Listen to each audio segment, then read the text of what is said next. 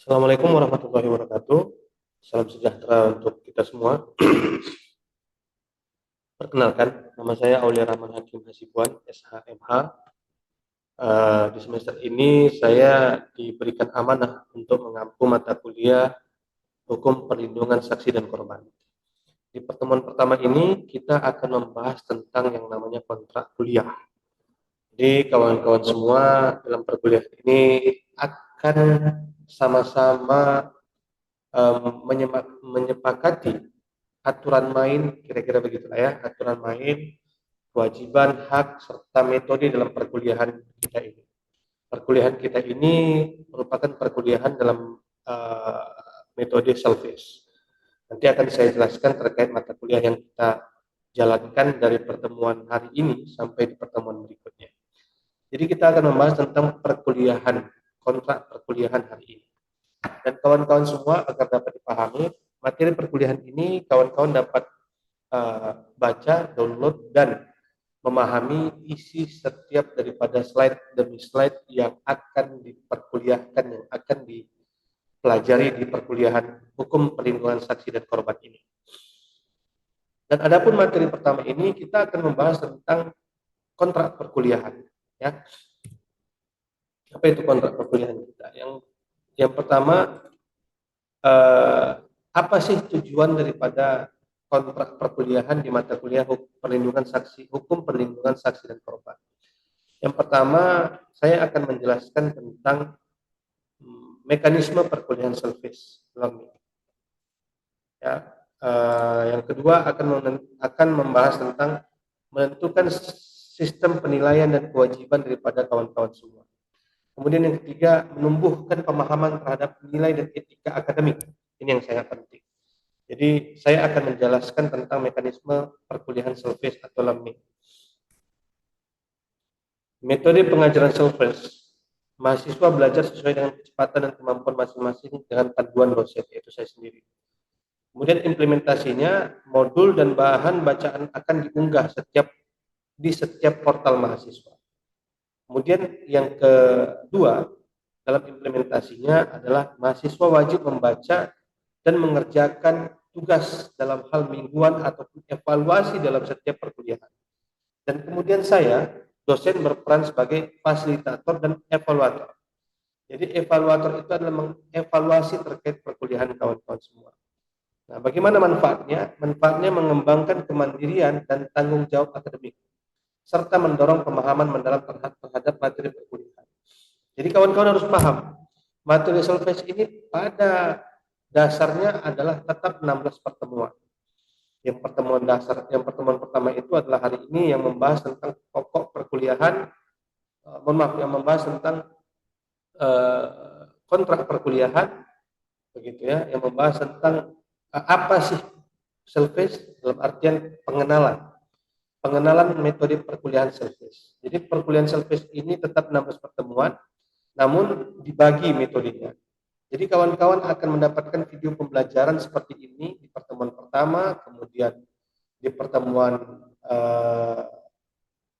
keempat, 9, dan ke-13. Jadi video pembelajaran ini akan diberikan di pertemuan pertama, keempat, kemudian di 9 dan ke-13. Saya akan memberikan video pembelajaran seperti ini. Nah, selain itu, saya juga akan memberikan saya akan memberikan sebuah perkuliahan dalam metode Google Meet, ya, dalam metode Google Meet. Jadi itu sudah saya jelaskan di grup. Nanti kawan-kawan bisa lihat di grup kita masing-masing sebenarnya bagaimana metode perkuliahan selfish ini. Yang pertama itu sudah saya sampaikan tadi, adanya perkuliahan dengan metode video pembelajaran.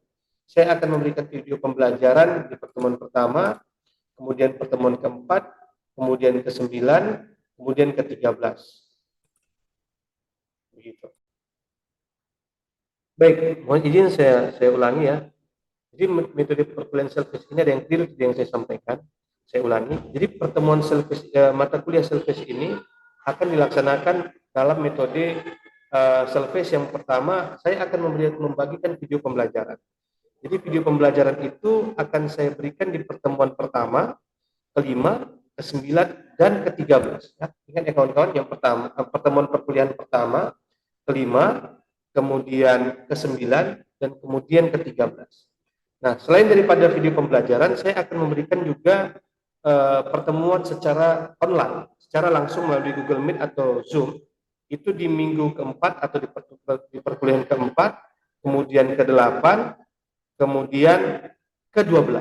Jadi kita akan bertemu secara Zoom Meet, secara langsung tapi secara Zoom Meet. Nah, kemudian di pertemuan-pertemuan lainnya saya akan memberikan materi perkuliahan melalui portal dan juga melalui WA Group. Di WA Group itu akan saya jelaskan sama kawan-kawan semua terkait perkuliahan. Dan kawan-kawan juga bisa menanyakan di grup.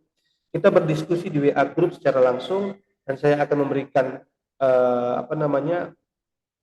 penjelasan, dan bagi kawan-kawan apabila ada yang kurang paham bisa langsung ditanyakan di WA Group tersebut dengan menyebutkan nama dan NPM. Dan kawan-kawan harus ingat bahwa ketika kawan-kawan menjelaskan terkait hal tersebut, menanyakan hal tersebut, menanyakan atau menyatakan, itu merupakan bagian daripada nilai tambah terhadap kawan-kawan semua. Maka ketika ingin berdiskusi, sebutkan nama dan NPM. Kita lanjutkan. Nah, ini kriteria penilaian. Kawan-kawan akan saya berikan penilaian ya. Yang pertama itu UTS. UTS itu bobot penilaiannya itu adalah 30%, kemudian UAS bobot penilaiannya itu adalah 40%, kemudian saya akan memberikan tugas-tugas itu masing-masing tugas individu atau kelompok 10%, kemudian etika dalam hal ini adalah aktif bertanya, kemudian berdiskusi itu akan memberikan 10 bobot penilaian. Jadi totalnya itu 100%. Jadi walaupun kita ini perkuliahan self-paced, bukan berarti tidak ada penilaian etika, tidak ada penilaian tugas, tidak ada penilaian diskusi. Itu kawan-kawan langsung bisa bertanya di grup WhatsApp, ya, menyebutkan nama dan NPM. Itu menjadi nilai tambah bagi saya. Nah, ini ya, etika dan norma di dalam kelas. Responsif dan aktif dalam berdiskusi di WA ataupun pada saat Zoom nih. Kemudian menghargai pendapat teman dan dosen, tidak melakukan plagiarisme dalam melakukan ataupun mengerjakan tugas, kemudian menjaga sopan santun dalam komunikasi, serta wajib mengikuti budaya akademik di kampus Tamadun Unpad. Kemudian kawan-kawan harus memahami nilai-nilai dasar kampus Tamadun di Unpad dan visi misi daripada kampus kita, yaitu semboyan kampus beriman, berilmu, dan berkarya. Kemudian tamadun itu berasal dari perkataan Arab ya. Kemudian yang berarti beradab, berkebudayaan, dan berkemajuan. Dalam bahasa Inggris istilahnya sama dengan culture dan civilization sebagai kampus tamadun. Yang dalam bentuk tamadun ini dibentuk oleh orang golongan secara luas sebagai kumpulan orang-orang dalam suatu komunitas yang memiliki kesamaan semangat dalam mengembangkan kebudayaan, dalam mengembangkan budaya, beriman, berilmu, dan berkarya. Kemudian PMTS daripada kampus kita itu yang pertama menjadi perguruan tinggi swasta yang terkemuka berbasis agama ataupun religius dalam mengembangkan iptek yang bermanfaat bagi kemaslahatan umat. Jadi visi menjadi universitas unggul dan berkarakter tamadun seperti yang saya jelaskan tadi. Kemudian misinya menjadi pendidikan berbasis nilai keislaman dan kebangsaan serta tujuannya mencetak sarjana-sarjana hukum. Ini ya terkait tujuan daripada program studi kita itu mencetak sarjana hukum yang adil, beretika, profesional, dan sasarannya adalah lulusan berintegritas dan berjiwa kepemimpinan.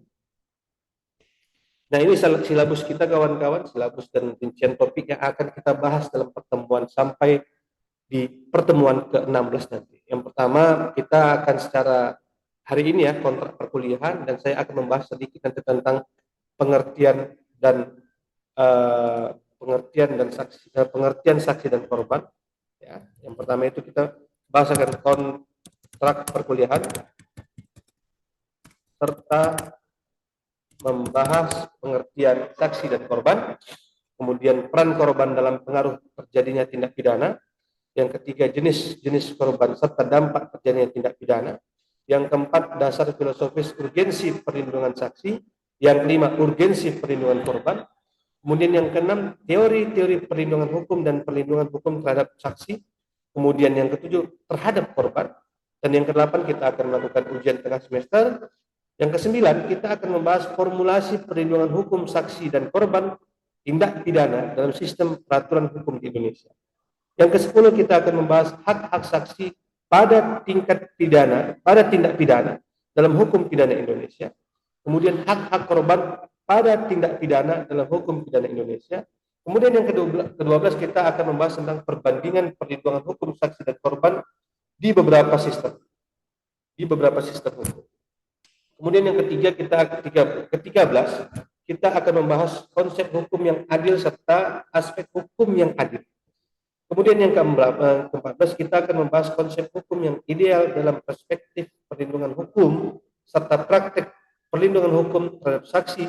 Yang ke-15 kita akan membahas tentang praktek perlindungan hukum terhadap korban. Dan yang ke-16 adalah ujian akhir semester. Itu yang harus kawan-kawan lihat di silabus ini.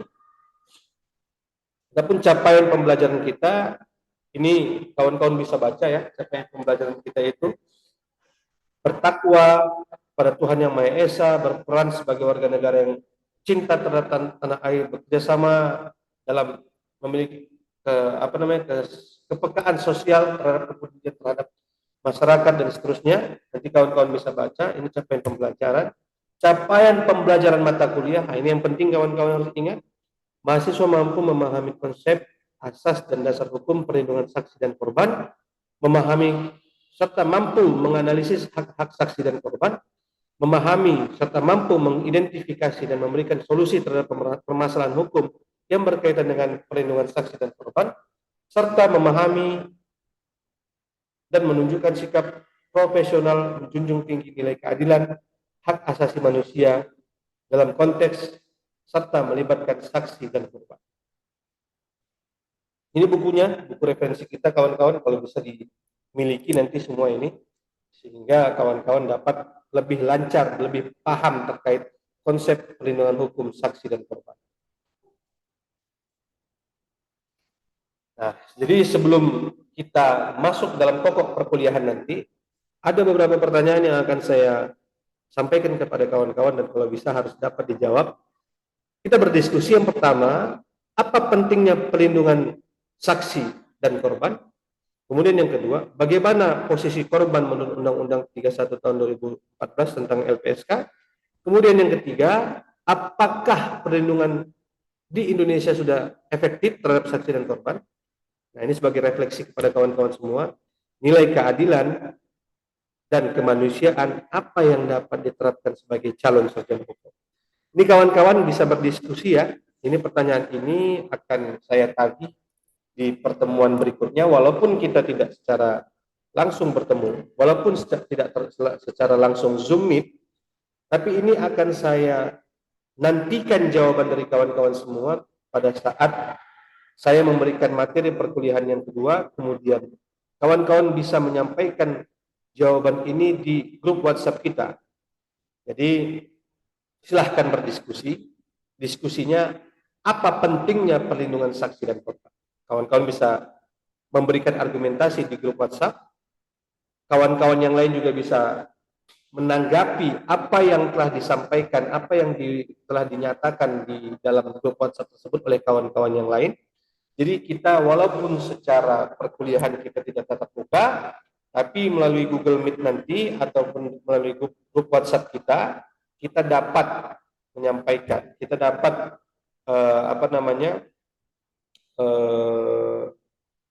berdiskusi terkait apa sebenarnya pentingnya perlindungan terhadap saksi dan korban, serta bagaimana sebenarnya posisi korban di dalam Undang-Undang Nomor 31 Tahun 2014, serta apa sih perlindungan saksi dan korban di Indonesia ini, apakah sudah efektif? Nah, itu semua kawan-kawan bisa jawab. Kemudian, nilai keadilan dan kemanusiaan apa yang dapat diterapkan sebagai calon sarjana hukum? Jadi kan kawan-kawan ini kan calon sarjana hukum semua ini. Jadi nilai keadilan, apa itu adil? Dan nilai kemanusiaan, bagaimana menurut pandangan saudara kawan-kawan semua sebagai calon-calon sarjana hukum terkait keadilan dan kemanusiaan. Begitu. Ini demikian kawan-kawan semua perkuliahan kita hari ini. Semoga dapat bermanfaat. Jika ada yang kurang paham, silahkan ditanya di grup WhatsApp. Walaupun saya memberikan video pembelajaran kepada kawan-kawan semua, namun tidak menutup untuk berdiskusi di dalam perkuliahan ini. Jadi ada yang kurang paham bisa ditanyakan terkait tadi yang saya sampaikan di akhir tadi. Ini bisa langsung ditanyakan. Begitu. Bisa langsung ditanyakan di grup WhatsApp. Apabila tidak memberikan pertanyaan, di pertemuan berikutnya kawan-kawan akan saya tanya secara langsung di grup WhatsApp. Bagi yang ingin memberikan jawaban, silahkan komentar di grup WhatsApp. Saya kira demikian kawan-kawan perkuliahan kita hari ini secara video pembelajaran. Saya harapkan kawan-kawan tetap semangat walaupun perkuliahannya ini dengan metode self-paced. Namun saya yakin dan percaya kawan-kawan dapat memberikan pertanyaan, ya, kira-kira ataupun pernyataan untuk menjawab pertanyaan 3 daripada pertanyaan saya ini, dan juga sebagai refleksi terkait kawan-kawan yang sebagai calon-calon sarjana hukum. Demikian kawan-kawan semua, terima kasih atas waktunya. Assalamualaikum warahmatullahi wabarakatuh. Salam masyarakat cerdas hukum, tetap semangat sebagai calon-calon sarjana hukum penegak keadilan. Demikian.